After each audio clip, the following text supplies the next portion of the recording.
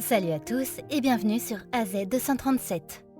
L'histoire réconfortante d'aujourd'hui est celle de Mohamed Bzik, un musulman d'origine libyenne, calme et pieux, qui vivait à Azoussa et qui consacra sa vie à des enfants atteints de maladies incurables pendant plus de 20 ans en tant que père adoptif.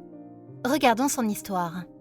Mais avant de commencer, j'aimerais vous rappeler qu'après avoir regardé cette vidéo, vous pouvez faire un tour sur notre chaîne pour découvrir de nombreuses histoires à la fois incroyables, intéressantes et émouvantes. Et n'oubliez pas de vous abonner à la chaîne et d'activer la cloche de notification si vous êtes nouveau parmi nous. Mohamed Bzik vivait à Los Angeles aux États-Unis et était un parent adoptif pour les orphelins, les enfants abandonnés par leur famille ou ceux atteints d'une maladie mortelle. Âgé de 62 ans, il était un homme corpulent avec une longue barbe noire et une voix douce. Aîné d'une famille de 10 enfants, il arriva de Libye dans ce pays en 1978, alors qu'il était étudiant. Des années plus tard, grâce à un ami commun, il rencontra une femme nommée Dawn, qui allait devenir sa femme. Elle avait été placée en famille d'accueil au début des années 80, avant de rencontrer Bzik. Ses grands-parents avaient été des parents d'accueil, et ils l'ont inspiré, dit-elle. Avant de rencontrer Bzik, elle ouvrit sa maison comme refuge d'urgence pour des enfants placés en famille d'accueil qui avaient besoin d'un placement immédiat ou qui étaient placés sous protection.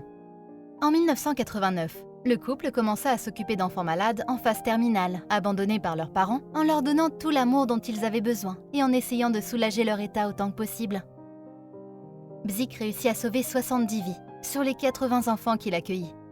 Il accompagnait également ses enfants dans leur dernier voyage. Après le décès de sa femme, survenu vers 2015, il décida de poursuivre la mission qu'ils avaient commencée ensemble. Il continue de se rendre à l'hôpital et de donner son temps et son amour aux enfants ayant des besoins spéciaux et touchés par des maladies en phase terminale.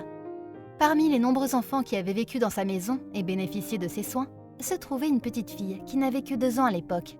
Aujourd'hui, elle en a 6 et souffre d'une grave maladie neurologique. Elle était aveugle, sourde et paralysée des jambes aux bras. Ses parents l'avaient abandonnée, probablement parce que s'occuper d'elle était trop difficile pour eux. Bzik décida de la prendre avec lui. « Je sais qu'elle ne peut pas entendre ni voir, mais je lui parle toujours, disait-il. Je suis toujours en train de la tenir, de jouer avec elle, de la toucher. Elle a des sentiments. Elle a une âme, c'est un être humain. » Bzik est considéré comme un héros parmi les Américains et a reçu le prix international de la bienfaisance, organisé pour la 4e fois par la fondation Diyanet. Sa vie fait également l'objet d'un documentaire réalisé par Ansar Altaï. Afin d'aider les enfants d'autres pays, grâce à une fondation qu'il a l'intention d'ouvrir, il déclara à l'agence Anadolu qu'il était venu en Turquie pour la première fois et que son histoire sera présentée dans un documentaire. Expliquant qu'il avait rencontré sa femme en 1989, il déclara que le fait d'être une famille d'accueil était une tradition dans la famille de sa femme. C'est grâce à sa femme qu'il commença à être un parent d'accueil.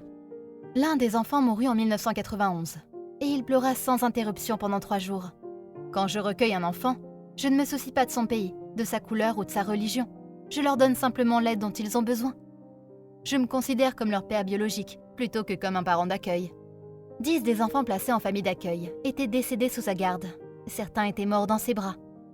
Il savait qu'ils allaient mourir, mais il les accueillait quand même. Il vivait à Los Angeles et était le seul parent d'accueil du comté connu pour accueillir ses enfants en phase terminale. Ils avaient besoin de soins 24 heures sur 24. Presque tous les enfants qui passaient leurs dernières années avec Bzik lui étaient envoyés directement des hôpitaux du comté de Los Angeles lorsqu'ils étaient bébés, où ils avaient été donnés ou abandonnés par des parents qui ne pouvaient pas s'occuper d'eux. Si quelqu'un nous appelle et nous dit « Cet enfant doit rentrer en soins palliatifs », nous ne pensons qu'à un seul nom, déclara Melissa, une coordinatrice de l'accueil qui trouvait des placements pour les enfants malades. C'est le seul qui accepte de prendre un enfant qui risque de ne pas s'en sortir. Bzik avait lui-même un enfant biologique, Adam, un fils né avec une maladie des os fragiles et un anisme.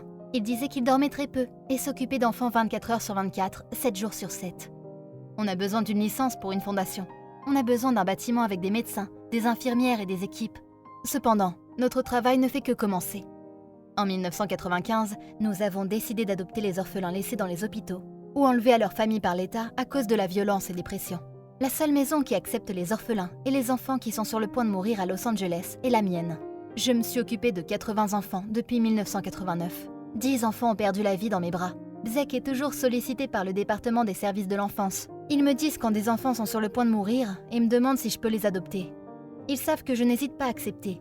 Si je ne le fais pas, ils sont envoyés dans des hôpitaux et n'ont ni famille ni maison. Cependant, lorsque je les prends, Ils ressentent une atmosphère familiale. Ils se sentent en sécurité et sont aimés jusqu'à la fin de leur vie. Bzek, dont l'histoire a été racontée dans le Los Angeles Times l'année dernière, déclare que même ses amis les plus proches ne savent pas ce qu'il fait car il n'en parle pas. Il aide simplement les enfants dans le besoin et ne cherche pas l'admiration des autres. De nombreux Américains ont été influencés par mon histoire. Ils m'ont dit que leur histoire leur a redonné foi en l'humanité et a changé leur point de vue sur les musulmans américains. Aux États-Unis, les musulmans sont considérés comme des criminels, des tueurs et de mauvaises personnes, et l'islam n'est que la religion du sang et de la destruction. Mais je leur ai montré le véritable islam. L'islam, c'est l'amour, la compassion et la sympathie pour les autres. L'islam n'accorde pas d'importance au passé et aux antécédents des gens, déclara-t-il. Des dons sont collectés pour lui dans les lieux de culte de différentes religions. Selon lui, notre religion nous dit d'aider les personnes dans le besoin, quelle que soit leur religion. D'ailleurs, beaucoup de gens me donnent des noms différents comme Mohamed Teresa musulman, ange visitant le monde ou ange sans aile. Ils disent que je fais un travail sacré. Un athée déclara qu'après avoir lu à mon sujet, il espérait qu'il y avait un Dieu pour me récompenser. Une enseignante athée déclara « Je n'ai jamais dit que Dieu vous bénisse à qui que ce soit dans ma vie, mais votre histoire me pousse à vous le dire. » Il déclara que les musulmans ne peuvent pas être divisés s'ils aident les autres personnes et s'ils s'aiment et se protègent mutuellement. J'espère et je sais que je peux recevoir de l'aide pour la fondation destinée à aider les enfants qui sont sur le point de mourir. Cette fondation coûtera beaucoup de temps et d'argent. Nous aurons besoin de main-d'œuvre pour construire le bâtiment. Si nous pouvons ouvrir officiellement la fondation, nous pourrons également aider les enfants vivant dans d'autres pays. Il présenta également l'islam aux non-musulmans. Il déclara « L'islam ne change pas, mais les gens, oui. En tant que musulmans, je pense que nous devrions diviser l'islam et les musulmans. L'islam reste inchangé, tandis que les musulmans changent. Les non-musulmans voient notre comportement. Lorsqu'un musulman ne se comporte pas correctement, ils ont des idées fausses sur l'islam. Notre responsabilité est de changer cette perception et de montrer ce qu'est le véritable islam. L'islam n'est pas une religion de meurtre ou de destruction, mais d'amour et de patience. L'islam est la meilleure religion pour l'humanité. Des milliers de dollars ont été donnés lors du lancement de la page GoFundMe de Bzek. Avec un total de plus d'1 demi-million de dollars aujourd'hui, les gens continuent de contribuer de l'argent presque tous les jours. Voici quelques-unes des choses pour lesquelles les dons sont utilisés. Bzek va obtenir une climatisation et un chauffage central. Ses 2 enfants ont des problèmes de régulation de température corporelle.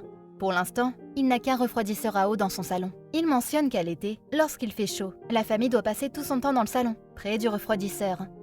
Il n'a pas pris un seul jour de congé depuis 2010.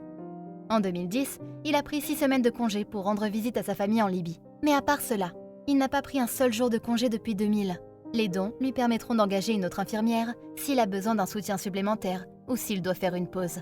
Il est très heureux de pouvoir utiliser une partie des dons pour financer les études supérieures de son fils Adam. Il possède également une camionnette dont il est très dépendant pour emmener ses enfants chez le médecin et à l'hôpital. Il aimerait utiliser une partie des dons pour obtenir un nouveau véhicule accessible au fauteuil roulant. Il a mentionné que son toit a beaucoup de fuites depuis un certain temps et déclare que les dons sont arrivés juste au bon moment. Quelle est votre opinion au sujet de cette histoire? Dites-le nous dans les commentaires. Si vous avez aimé cette vidéo, alors cliquez sur le bouton j'aime et partagez-la autour de vous. À très bientôt sur AZ237.